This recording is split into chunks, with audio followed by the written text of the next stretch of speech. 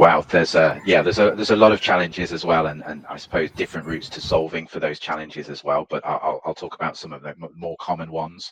So one that we are experiencing a lot is kind of noise versus insight. So now with so many media out there, so many tools available, so much data available.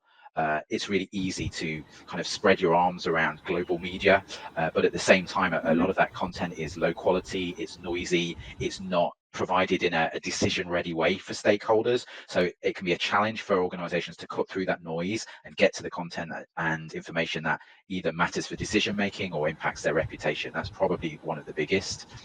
I would also say that kind of media fragmentation. So when I started 25 years ago, brands cared about the major press, their trade press, broadly print, but then online has become pervasive, social.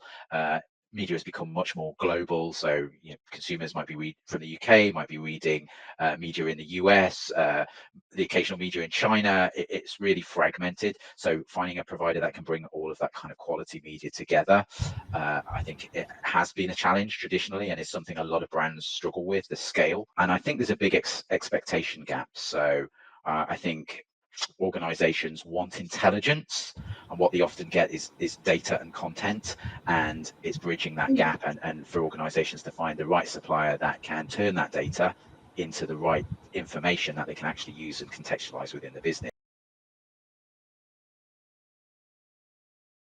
And I think one of those is a simplification of the information or a reduction of the information.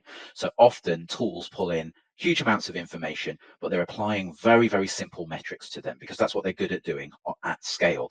And so then brands become kind of obsessed with very simple metrics like sentiment or reach. And because of that kind of simplification in the data and working with data at scale, they often miss the insights that are available through the nuance and the detail in the data. So I think that's a big challenge.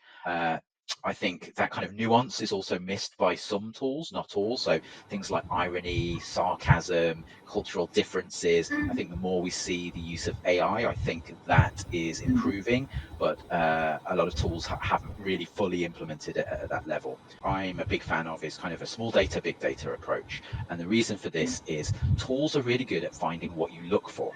So if you're building a set of keywords or you're using a kind of an AI to look for an entity or your company or whatever it may be, they tend to be very good at finding that. But that can often lead to a very kind of single focus, and it's easy to get blindsided by risks or topics that you don't know about because you weren't searching for them. So I'm always a favor, for example, of small data, very precise. So maybe if a brand is interested in their brand reputation, looking at that, but then expanding it to competitors, but also looking at industries and topics and bigger things. So you've got an area to find new insights rather than just to look for what you already know about.